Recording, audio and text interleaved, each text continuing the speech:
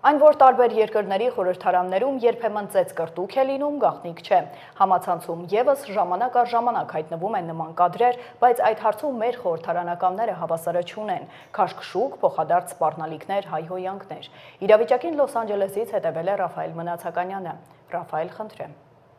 Շնորհակալություն, բարև ձեզ բարեկամներ, արդեն մի քանի օր է ինչ ազգային ժողովում իրար չէին ծեծել, չէին քաշքշել ու չէին հայհոյել։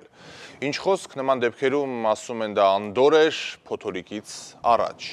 Եվ այո, փոթորիկը եղավ ու դա հիրավի մի տորնադո էր, ինչ փոթորիկ, դա տորնադո էր, որը ուղեկցվում էր հայհոյախառն սուլոցներով եւ ոչ միայն։ Կարծում եմ հիշում եք, չէ՞, մենք պայմանավորվել էինք, հարգելի բարեկամներ, որ ազգային ժողովի նմանատիպ միջադեպերի անդրադարձ կատարելիս պիտի սարկազմով ու հեգնանքի չափաբաժնով մոտենանք, որովհետև վաղուց արդեն այդ ամենը ինչ որ կատարվում է ազգային ժողովում եւ ոչ միայն այն սպառել է առողջ տրամաբանության ձևաչափը։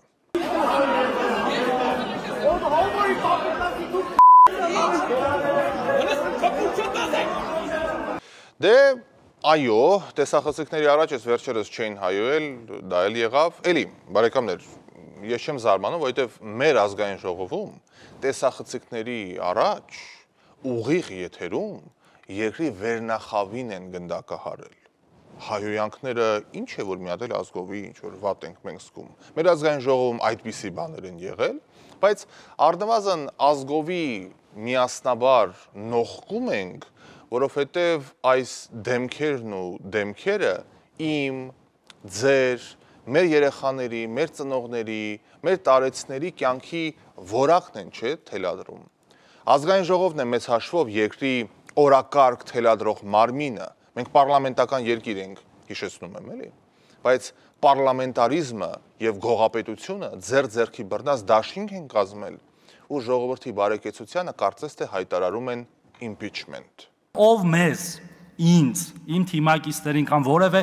այլ մարդու, ասի թուրք, որպես հայոյանք, դրա մերնել, հերնել, լավնել, ընտանիքնել։ Հիմա ինչ, պիտի քվեարկեն, քվորում կա, չնայած այս իրավիճակում ինչ քվորում։ Պահպանում ենք կոռեկտության սահմանները։ Հա, տեղը նստի ու մի խոսի, ես քո խոսալու ժամանակ ստեղից բան է ասում։ Հիմի կհանեմ կշպրտեմ դուրս դահլիճից։ Կհանեմ հիմա քեզ կշպրտեմ դուրս դահլիճից, որովհետև դու խանգարում ես իմ ելույթը Լևոն։ Հանգիստ նստի տեղդ, հանգիստ նստի տեղդ, հանգիստ նստի տեղդ, մատդ էլ իջացրու։ Հանգիստ։ Քո խոսքը ինձ հաճելի չէր, բայց ես նստի տեղդ։ Լսի դու տեղից խոսացողին չես կարող ընդհատես, տեղդ նստի։ Հանգիստ։ Հանգիստ պահ եղել։ Հանգիստ։ Հանգիստ։ Հանգիստ։ Ես հիշեցնեմ, որ ամեն բան սկսվեց Հայաստան խմբակցության падգամավոր Լևոն Քոչարյանի ելույթից եւ այն հայտարարությունից հետո, որ Փաշինյանը գիտեք, ասեմ, որ նախկին նախագահներին հրապարակային բանավեճի հրավիրում ուղիղ եթերում եւ ինչին երեք նախագահներն էլ վստահորեն ասում են ոչ, մենք խոսելու ոչինչ չունենք, մենք ինչ գանք, ինչ խոսենք, ինչ բանավիճենք։ Եվ Լևոն Քոչարյանն էլ իր հերթին ասում է, որ հայրը, ով 2008 թվականից նախագահ չի հանդիսանում, պետք է գա բանավիճի, ինչ բանավիճի եւ ում հետ բանավիճի, բնականաբար ազգային ժողովում այդ հայտարարությունից հետո իրավիճակը բավականին լարվեց։ Ամենայն հարգանքով,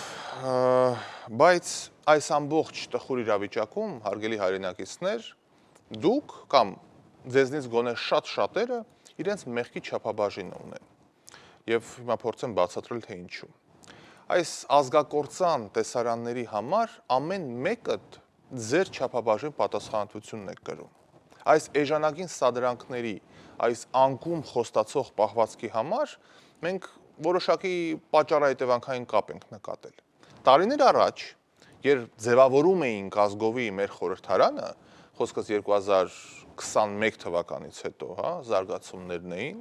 ես այստեղ նստած Լոս Անջելեսի հենց այս տաղավարում կոչ էի անում մեր հայրենակիցներին, ասում էի, որ ժողովուրդ ջան, ով է լինելու իշխանությունը, դա պարզ է, դա ասում են հարցումները, դա ասում են մարդկանց տրամաբանության տրամադրությունները, դա ասում են փորձագետները, ոչ միայն հայկական, այլ լուրջ փորձագետները, իշխանությունը կարողանալու է մնալ իր դիրքում։ Դուք պիտի ընդդիմությունը ձևավորեք, այս քվեարկությունը 21 թվականի մասն էր խոսքը, հա, պետք է ընդդիմության ձևավորման քվեարկություն լինի։ Ինչ եղավ, դե գնացեք ընտրեք այն ուժերին, ասում եմ ես, որ իշխանության այդ առողջ բանավեճ կարողանա կազմակերպել, որ ոչ թե սադրի կամ քանդի, ոչ թե իմ օրոք, ձեր օրոք, մեր օրոք, ձեր օրոք խաղի մեջ մտնի, այլ կարողանա իրապես գործառու քայլեր իրականացնել։ Ինչ եղավ, գալիս էին մեքենայի սակերն էին վնասում, մեքենաս էին վնասում։ Ով տուժեց արդյունքում, տուժեցինք մենք բոլորս։ Մեր ժողովուրդն է չէ ձևավորել այս խորհրդարանը։ Համենայն դեպս 2021 թվականի ընտրության արդյունքները որևէ մեկը կասկածի տակ չի դրել։ Հիմա ումից ինչ ենք պահանջում։ Իսկ իշխանության համար, քանի որ մենք դասականներից հաճախ ենք խոսում մեր հաղորդման ընթացքում, ես կցիտեմ հայտնի մի դրվագ։ Չաշխատեցիր ամռանը, ասա ի՞նչն էր պատճառը։ Դե հիմա թռի վեր-վերի, քամին ծապ տա, դու էլ պարի։ Մտածեք այս ուղղությամբ։